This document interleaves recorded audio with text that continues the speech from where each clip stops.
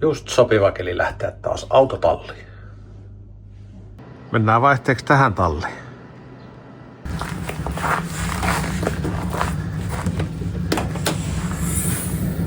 Akku on laturissa.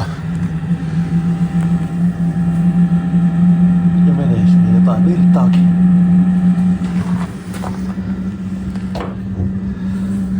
Siirrytään kuskin paikalle. Mitäs me täällä sitten nyt tänään tehtäisiin? Joo. Katsotaanpa onnistuisiko semmonen pari asiaa. Esittelen teille erästä ohjelmaa, jolla Volvossa voi tehdä asioita. Ja sitten katsotaan, saadaanko me muutettua paria pikkujuttua.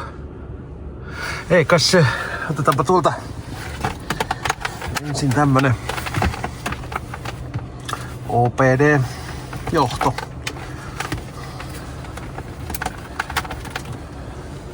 Joka tungetaan tänne. Jos mä sen nyt täältä saisin.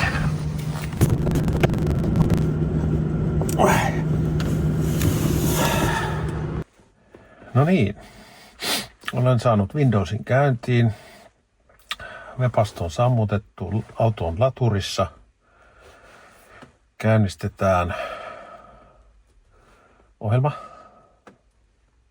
Orbit. Orbit käynnistyy. Tarkistetaan yhteys. Sitten se kysyy mun sähköpostia.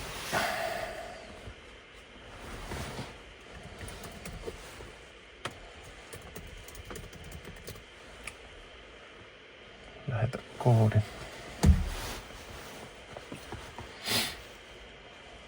Sitten kirjoitetaan koodi tänne.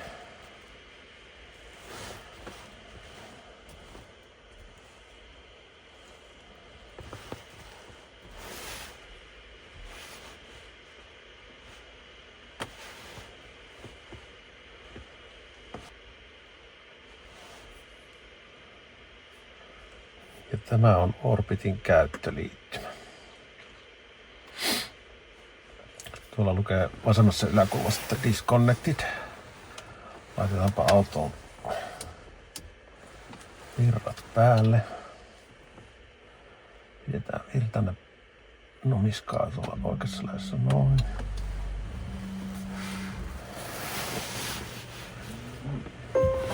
Ja mulla siis menee täältä tämä keltainen johto tonne OPD:hen. Sitten otetaan Connect.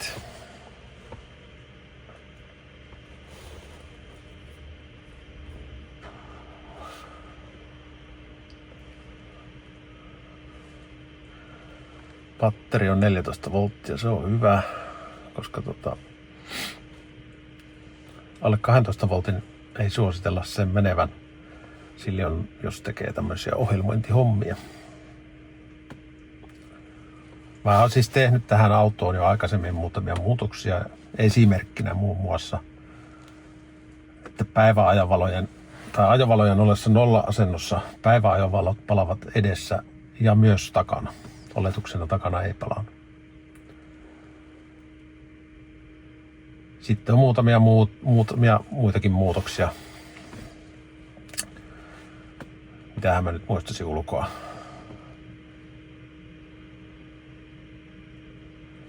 Pitkät valot esimerkiksi.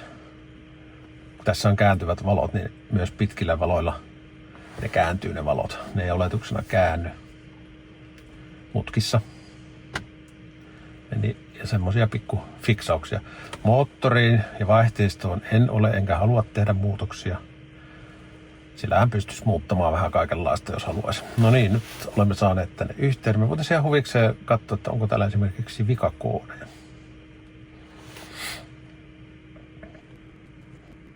Onhan täällä vähän kaikenlaista itse asiassa. Audiossa. Mitähän siellä olisi? Speaker, Electric Filer, Circuit Open. Tämä johtuu siitä, että olen ohjelmoinut valmiiksi tuonne supparin, että jos mä joskus ehkä laitan tuonne takakonttiin supparin, niin Se on nyt ohjelmoitukin tälle koneelle autolle valmiiksi, että sen voi sinne sitten laittaa.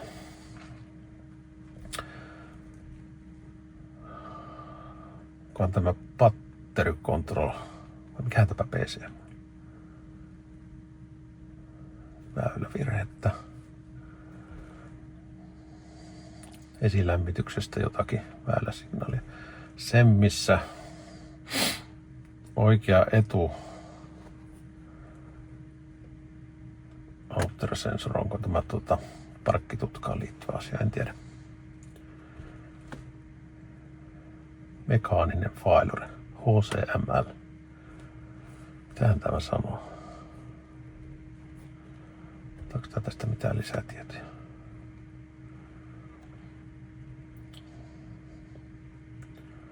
No, se on mulla tallessa tuossa tallenteessa. Trunk module, eli takakonti, sähköinen avaus. Sitten tämä VCM on vähän jännä, että tämä vähän pelottaa, milloin se boksahtaa. No anyway, siellä on tommosia, ei mitään hirveän hälyttäviä minusta. Mutta mennäänpä sitten tänne konfiguraattorin puolelle. Näyttää Jaha, tää on muuttunut. Otetaan kaikki näkyviin. Sitten me haemme muistissa täällä muutama asia. Climate.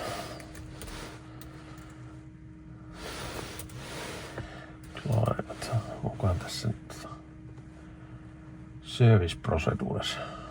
Eihän se tietenkään tule täältä puolelta, koska se on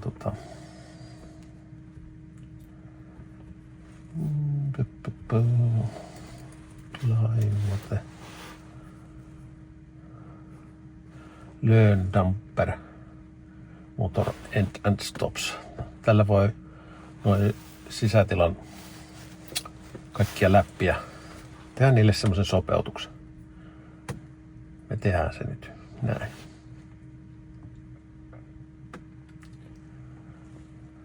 Sitten tuolla vasemmassa alakulmassa rupeaa näkymään mitä se tekee. Tuolta kuuluu ääniä.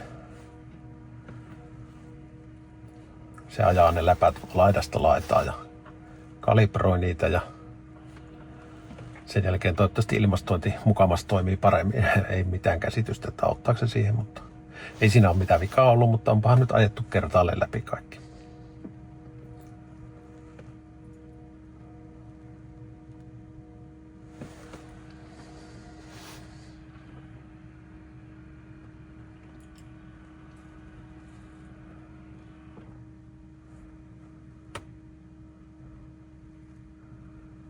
Clear DTC and sec operation. No niin, se on ok.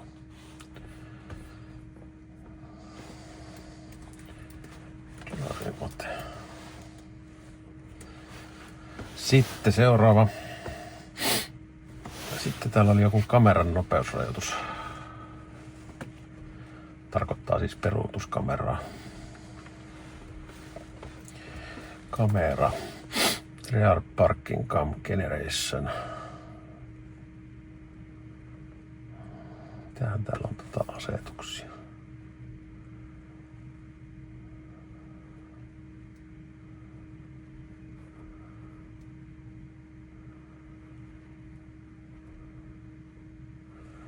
Ei löydy tuosta.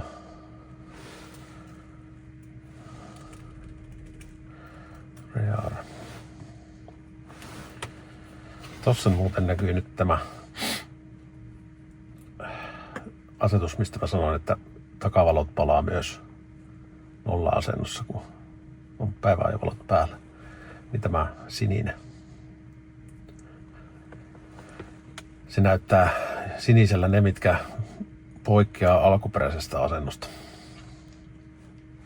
Alunperinhän siellä on ollut asetuksena varmaan tuo 3, kohan se oli. Joo.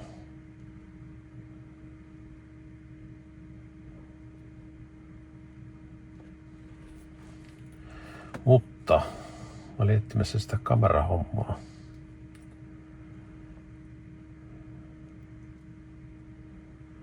Siis tarkoitus olisi saada tuo peruutuskamera toimimaan missä nopeudessa tahansa, mutta mä epäilen, että sitä ei taata speed limit.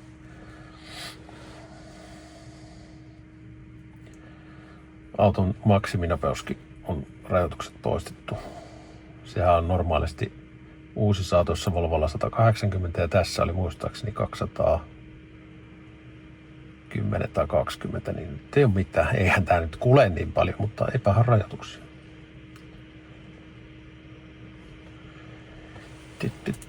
Mutta missähän se on se? Tuolla näkyy myös tuo 207. Tarkoittaa, että jos pyörittäisi videoita muistitikulta, niin ne näkyisi tuossa keskinäytössä nopeudesta riippumatta, mutta en mä koskaan katso sieltä mitään videota, kun ei ole millään tikulla mitään videoita.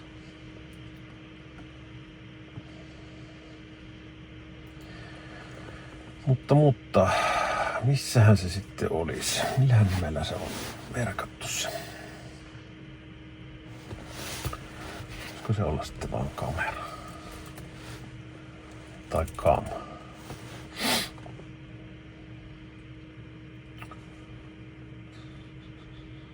Parkin kamera. Mitähän täällä lukee?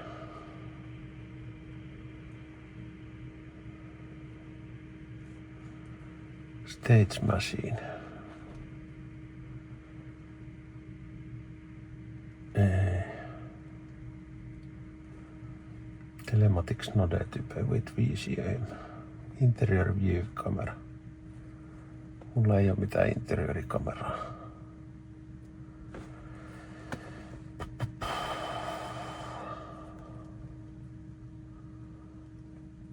Täällä on vaikka ja mitä kameraa. Japania ja Korea asetuksia.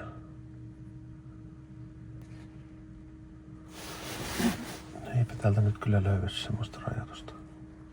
Voi olla, ettei tässä autossa ole semmoista mahdollisuutta.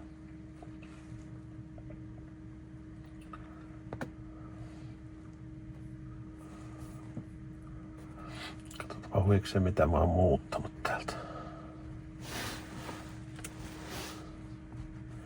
Ja ei se nyt näytä sitä tuolla lailla.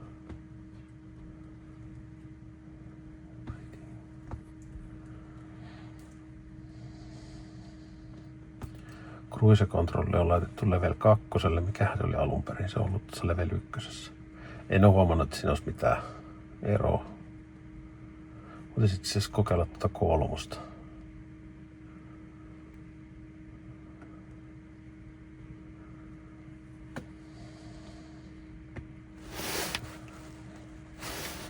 Sitten jos mä vaihdan ton auton akun, se on nimittäin vähän heikossa kunnossa. Nyt mä tiedän, että se on Exide 80 ampere-tuntia ja 800 amperia käynnistysvirtaa. Joo. Tää on aika kätevä ohjelma. Voin tuonne kuvaukseen laittaa linkin, mistä tämä löytyy.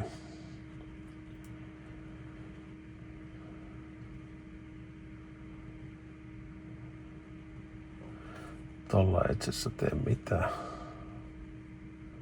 koska meillä ei ole niitä hienoja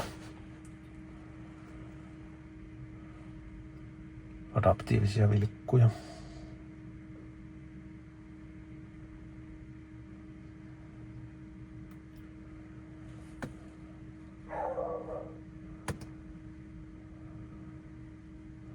Sitten on kokeilla vaihteeksi B:tä. Siinä on ollutkin.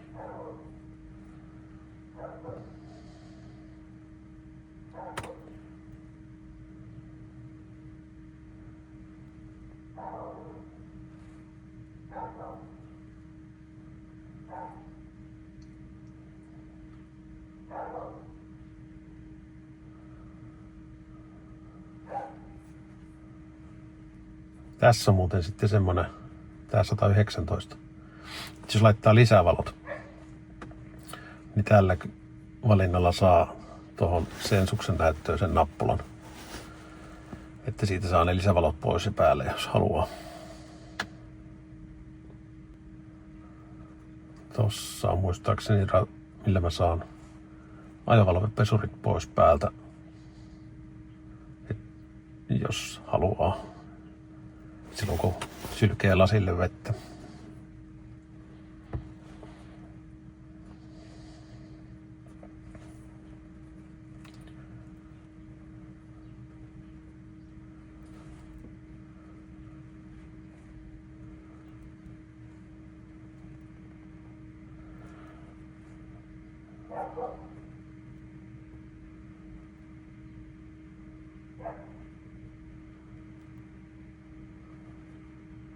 Täällähän on monta sataa tämmöistä erilaista vaihtoehtoa.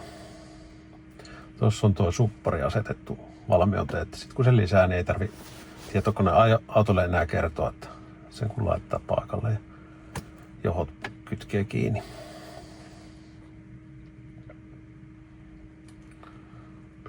Sitten täällä on paljon kaikkea muutakin. Tuossa on se pitkien valojen kääntymisominaisuus. Oletuksena tässä on, että vain lyhyillä valoilla ne kääntyilee, mutta mä oon laittanut, että ne kääntyilee myös mutkissa pitkillä valoilla. En tiedä miksi se on, koska mun mielestä se on hyvä, jos mutkatiellä näkee vähän niin kuin mutkan taakse. En mä tiedä mikä siinä on. Taka-ajatuksena ollut, että se ei ole päällä. Sitten on tämä Start Stop-nappula on edelleen olemassa, mutta siinä on muisti, eli se jää siihen tilaan, mihin se on asetettu.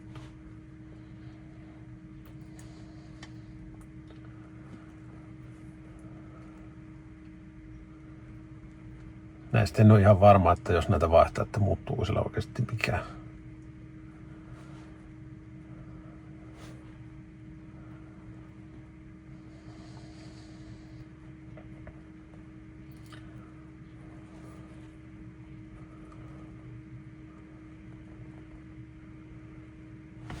Pitää tarkastaa, että mitä tuolla tehdään.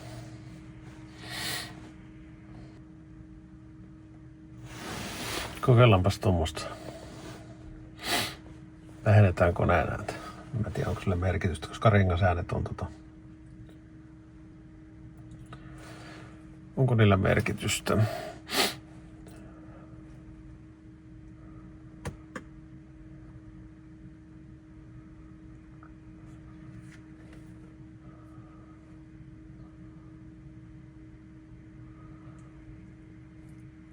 Sitten täällä oli se 135.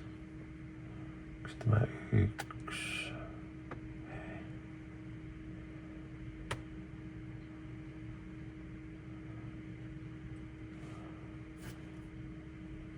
Ilmanlaatusensorit.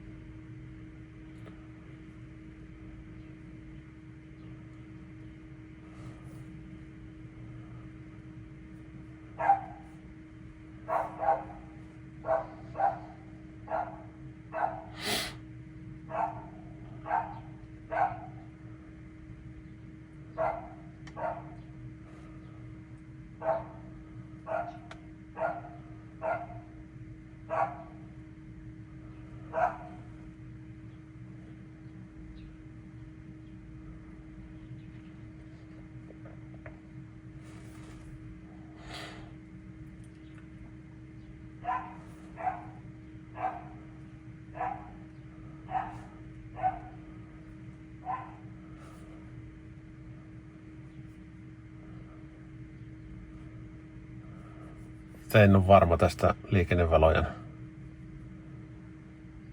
seurannan, miksi tätä sanotaan, niin kuin liikennevalojen huomioimisesta, että toimiiko tämä oikeasti.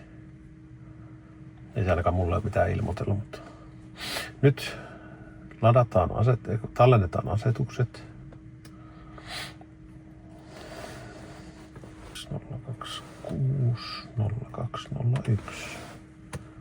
Save. Sitten täällä on nappula Write to Car. Tämän tekee, niin on parasta varmistaa, että akussa on virtaa, niinhän siellä on. Tai siis jännitettä.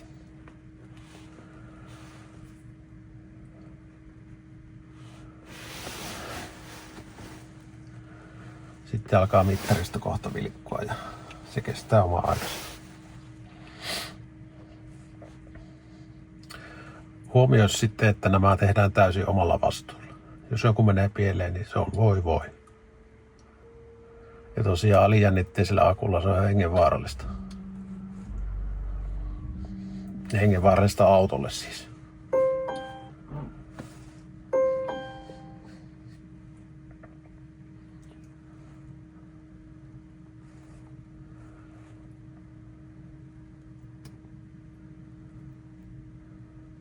Näitä ohjelmistomuutoksia voi tehdä myös esimerkiksi VDASilla, Vidalla, vanhempiin autoihin helpompaa kuin näihin uudempiin.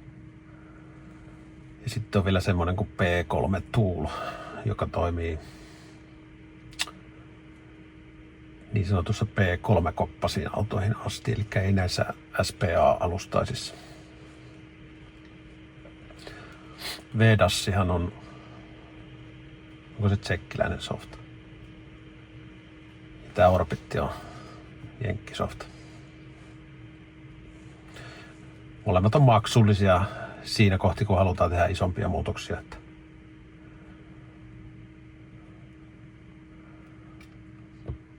Niin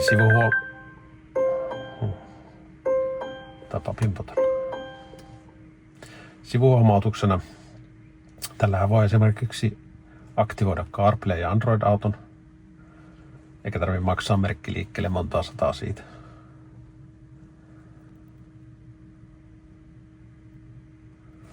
Se oli siinä config allowed. Se vissiin putsasi noin vikakooditkin siinä samalla, kun se teki ton päivityksen.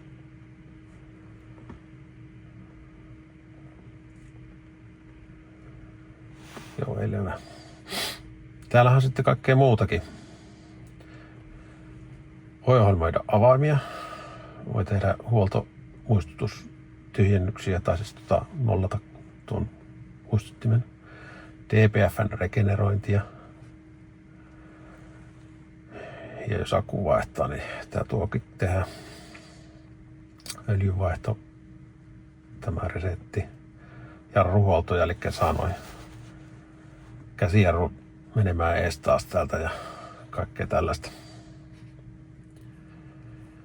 Tänne tuli jotain uuttakin myös. TPMS Sensor ID. Mitäs täällä sanotaan? Ahaa, täällä voi laittaa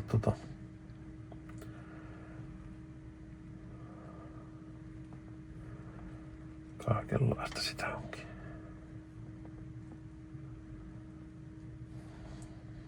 Mitäs muuta täällä on?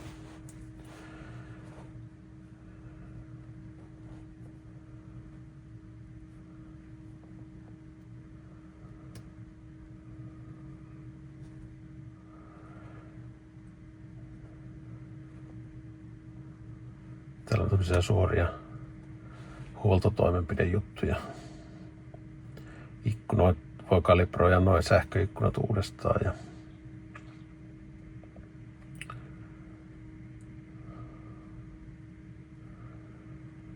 kattoikkunan ja ohjaustehostimen, mikä tää kulma kääntöanturi, mikä se on se, voi kalibroida ja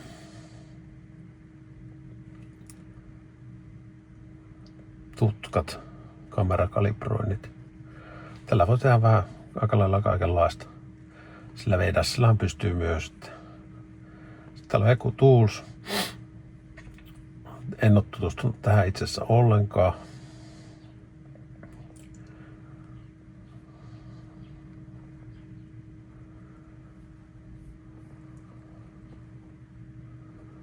Täältä saa näköjään kaikenlaista tietoa auki. Tästä Eku-infosta löytyy. Niin koodi, seriaalinumero. Täällä on ihan hirveästi juttuja. En ole tiennytkään tämmöisestä.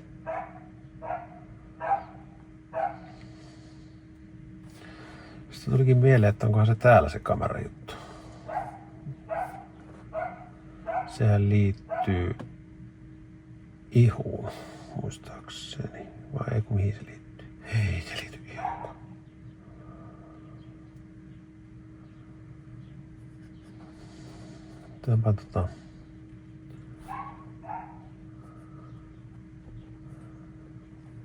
tonne noin ja tullaan takaisin.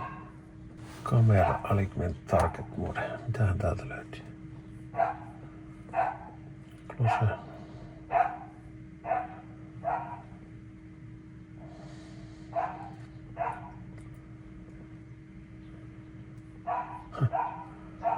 Täällä on vaikka mitä.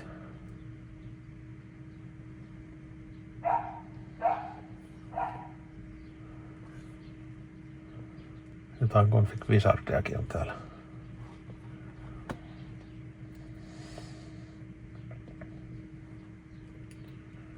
Driving aid.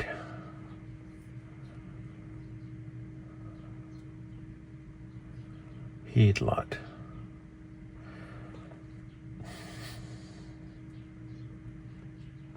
Tässä näkyy hyvin hienosti kuvana, että pitkillä ja lyhkäisillä valolla kääntyy mutkissa. Ja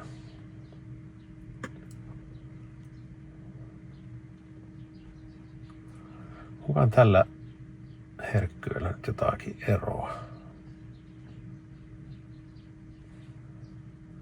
EU-style, US-Canada-style. Kokeillaan. Miksiköhän se on tommonen?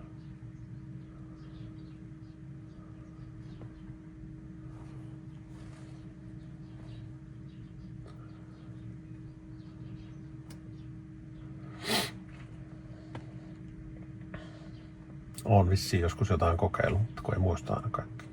Harvakseltaan tällä mitään tee, mutta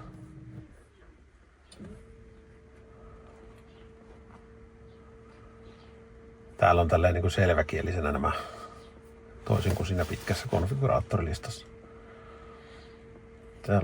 Tässä oli CarPlay asennettuna jo silloin, kun mä ostin tää auto, että sille en ole tehnyt mitään. Otaanpa se nyt tehdä tuo heatlight-muutos ensin.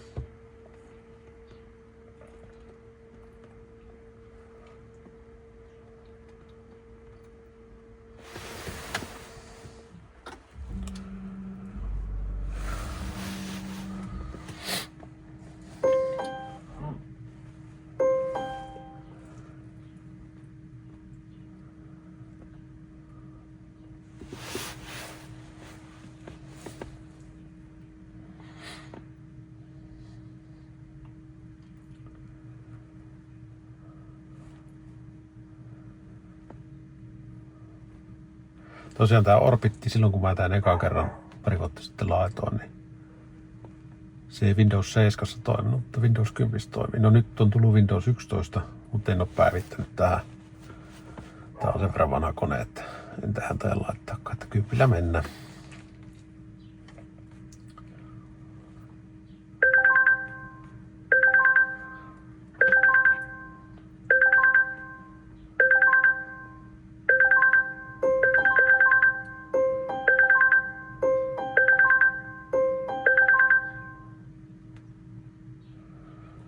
Se sanoo meille, että konepelti on auki ja turvavyö on auki.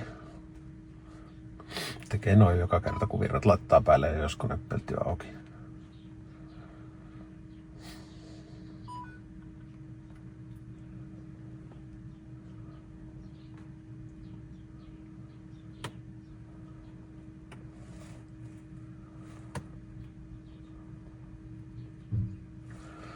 Tuon akun terveyden mä voisin vielä tarkistaa jollakin, mistä mä sen näkisin.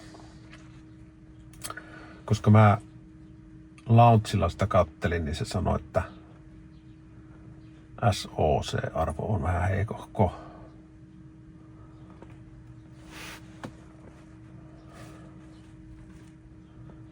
Se oli 65% muistaakseni ja se saisi tietysti olla vähän isompi siinä.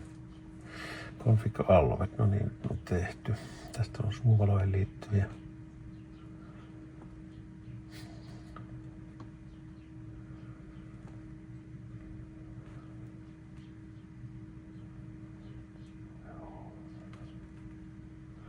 Audio. Mulla on Hyperfamara, se ei ole Powers Wilkins eikä Harman Kardonia. Tossa on toi subwooferi, se näköjään saa täältäkin näköjään suoraan nykyään. Vetokoukku. Joo.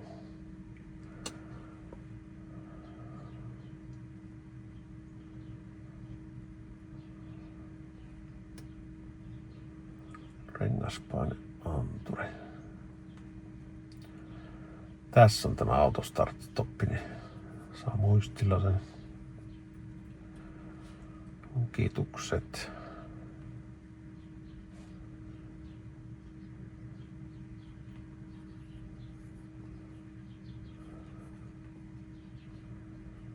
CarPlay, navigaatio. Tässä oli navigaatio valmiina, kamera. Meillä ei ole PIP-kameraa, koska meillä ei ole tätä yläpuoliskameraa. Ei täältä löytynyt siihen kameraan mitään. Mutta kattery.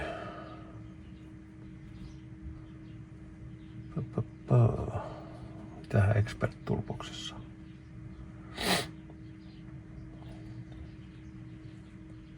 No okei. Voitaisiin katsoa, näkisikö sillä V-dassilla sitten sen akun tila. Ja täältä pois. Ohjelma nyt on tehty, voidaan sulkea. Sitten mulla löytyy täällä V-das.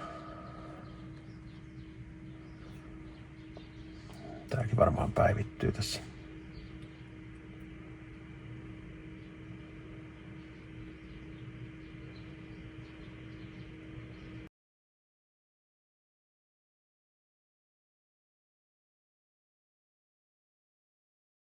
Onko se nyt hakisi sen oikein?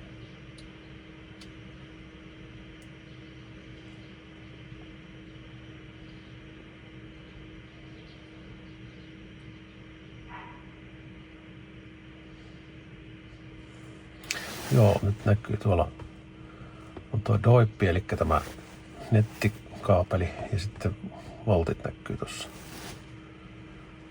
Akusta nyt se löytää. Eikä pitäisi löytyä virheillä. Vikakoodejakaan.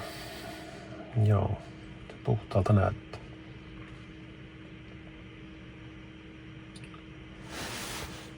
Joo, ok.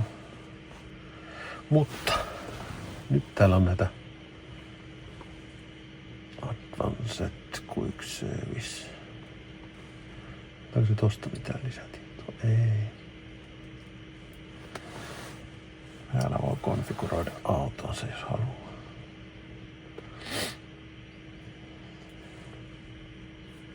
Advanced.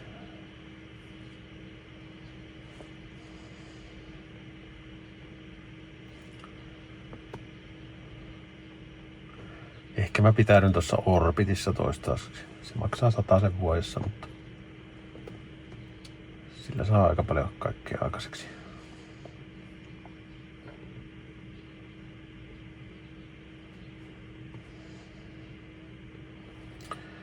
Jotain näitä konfiguraatioita, mutta mä haluaisin ton not found dice. No ei varmaan löydy, kun se on mitähän tää service taksanoo. Eikö se oli se henginen lankuakes? Onko tää kielletty tälle ohjelmalle vai käy tälle autolle? Supported unit. Ei mennä sinne.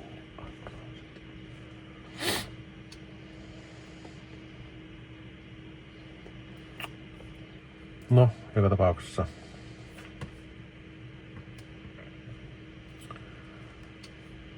V-dassilläkin voi tehdä kaikenlaista hauskaa. Tää toimii siis vanhempiinkin Volvoihin. En muista mistä vuosimallista alkaa. Mutta joo, pistään poikki. No niin, se oli lyhyt oppimäärä Orbittiin ja ehkä vähän V-dassiinkin. Ja mitäs muuta? Pistäkää kommentteja, jos on kysyttävä. Vastaan mitä sattuu.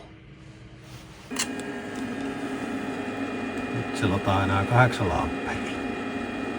Tämä Piltemä akkulaatori, tämä on nerokas.